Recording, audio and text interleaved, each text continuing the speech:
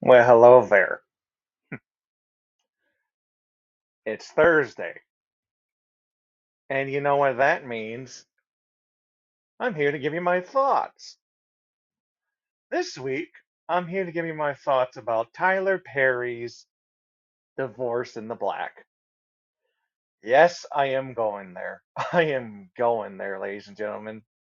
I think I'm ready to talk about this movie. So here's the plot information about Divorce in the Black right about now. Tyler Perry's Divorce in the Black is a dramatic thriller that follows the story of Ava, a young bank professional. Ava is heartbroken when her husband Dallas abandons their marriage. Determined to save her marriage, Ava soon discovers Dallas' true abusive nature and his past wicked deeds that has sabotaged her destiny to be loved by her true soulmate. As Ava finds comfort in her mother, father, and longtime friend Benji, Dallas's spiteful side resurfaces, leading to a dramatic and intense confrontation. The movie stars Megan Good as Ava, who you might know her from the Nickelodeon TV show Cousin Skeeter, if you remember watching it as a kid. I do. The horror movie franchise Saw, she was in Saw 5, and Anchorman 2. And Corey Hardrick as Dallas. He was known for being in the movie, oh my gosh. He was in that Tupac biopic called All Eyes on Me. What the hell, dude? What the hell? It has sparked mixed reactions from audience and critics alike. Damn! I could see that, but from the videos I've seen on YouTube about this movie, people really hate this movie I'm going to talk about here. Oh my gosh. How does Tyler Perry keep getting away with this? I don't understand. You can't keep getting away with it! You can't keep getting away with it! Hi, folks. I'm back here just to give you a little clarification of what I meant by how does Tyler Perry keep getting away with this? I was more talking about with these studios from Netflix and Amazon and the recent deals he's been getting and how he keeps getting away with poor quality. That is what I meant. So I just want to clarify that and let's get back to the video. And he's got another movie coming up from Netflix called 6888. And one of the stars in this movie is Kerry Washington. Good luck, Kerry. You're going to need it. That Tyler Perry, the gift that keeps on giving. Megan Corey, Richard Lawson, and Davy Morgan did well in this movie. They were well acted. They were well acted in this movie despite the low quality standard from a Tyler Perry production. It's really a shame because there's a lot of people that follow, Megan Good, Corey Hardrick, Richard Lawson, and Debbie Morgan, who I believe that they're fans of, and they gotta be in this terrible, in my opinion, terrible Tyler Perry movie. There's a lot more I'm gonna talk about here, but oh man, I just feel sorry for those guys. Well, they're making the money anyway, so whatever. I gotta keep that positive train going. What else? Well, speaking of Megan Good and Debbie Morgan, I think a lot of people might know these two from a movie that I haven't seen, but I've seen YouTubers make reviews on this movie called Eve's Bayou, and there was like a reunion between the two actors, and it was nice. And I'm pretty sure people who are fans of Eve's Bayou were delighted to see them two reunited, and I can't hate it. Oh, what else? There's gotta be another positive. Oh, Dallas's mother. The person who played Dallas's mother in the movie, she did well with the character she was given from Tyler Perry. She was very evil, very subjective, and I would say she definitely pulled off the evil mother in this movie. Seems a little cartoonish, but she did well with it. Okay, let's start off with the obvious.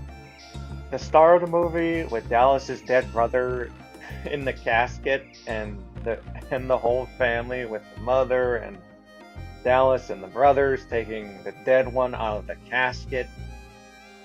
That was an insane thing to see at the start of the movie, but it was funny.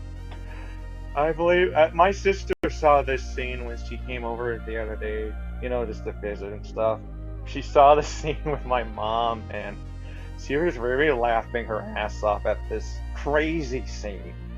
This crazy scene of carrying a dead body out of a casket. That was probably one of the weirdest things to start a movie. And then they buried the brother at their yard, their front yard. What the hell? The poor writing. He is such a bad writer. I know this is probably the first Tyler Perry movie I've seen from him that the writing has been very bad. For example, there's like two examples I got here. The first one is, when the scene with Ava and Dallas, and they're in this room, and Ava with her buddy, they came in there, and Ava said, okay, that's great, where should I sign? Where should I sign? She was going to sign these divorce papers just to end the marriage and all that jazz. You would think when she signed the papers, Dallas screwed Ava over, right? Right? When Dallas is in the house and eating some cereal, you would think that the house is his. No. Nothing. Nothing. It was just nothing. Nothing came from that scene. It was bullshit. What? There's got to be something at stake here, and TV failed at that. Another example. When Richard Larson found out that Debbie, her character, Debbie's character, got assaulted from Dallas in the grocery store, that scene.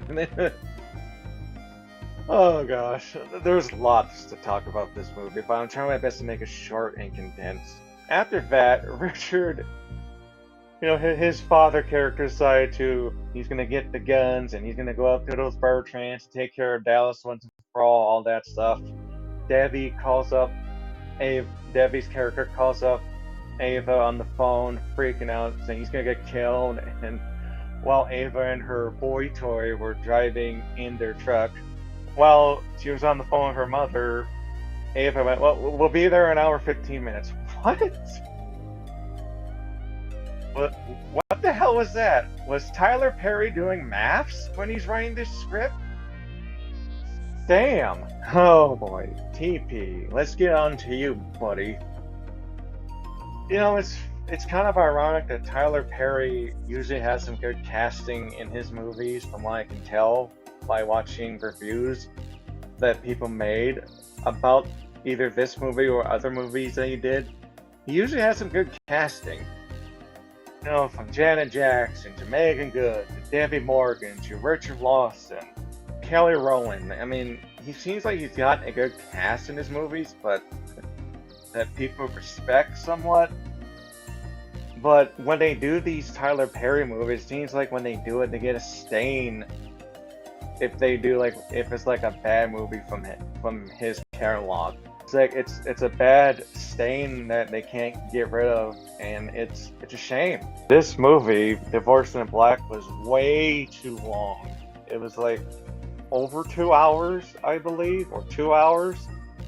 Too long, and it's not wise to make movies that long. Let's talk about Tyler Perry's controversial comment on Keke Palmer's podcast. Yeah, but what? No.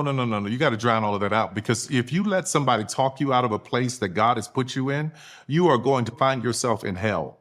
I know for a fact that what I'm doing is exactly what I'm supposed to be doing, because for everyone who is a critic, I have thousands of used to be emails from people saying, this changed my life. Oh my God, you know me. Oh my God, you saw me. How did you know this about my life, my family?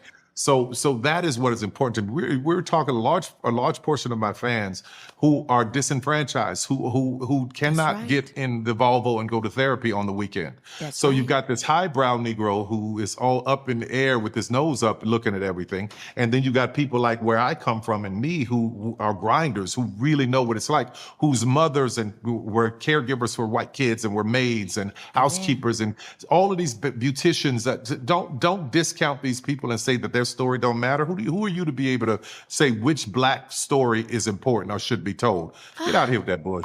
Yes. It just shows that you don't care, dude. All you care about is your money and your big fat studio. That, let's be honest, you're being lazy with your work, and people have a right to call you out despite what skin color they are. Whether they're black, white, yellow, purple, pink, it doesn't matter. It doesn't matter. They have the right to call you out. Well, I'm not going to recommend this movie. It is on Amazon Prime if you're curious enough to check it out. I'm not going to recommend this movie for any moviegoer, despite whatever your skin color you are. I'm not going to recommend it. To the people, if they stop by and watch this video and call me out and call me nasty names, let me say this. If you like this movie and you like any Tyler Perry movie, it is okay. It is fine. It is okay to like Divorce in the Black.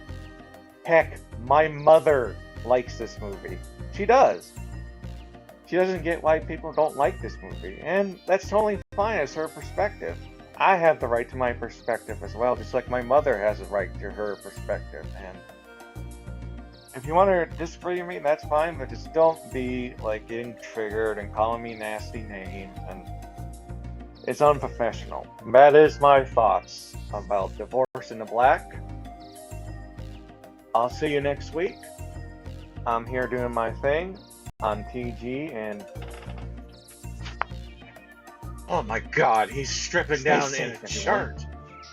I'm stripping down like that. With the boot trans, Dallas' baby. mother right now. Woo! Hey guys, here's a little update. After I did my recordings for Saturday and Sunday respectively, and doing some little tweaks on the video, I find out on an article on Variety.com that this movie's apparently a hit. Tyler Perry's Divorce in the Black, which I thought it was a bad movie, became a hit on that streaming service. You can't make this shit up.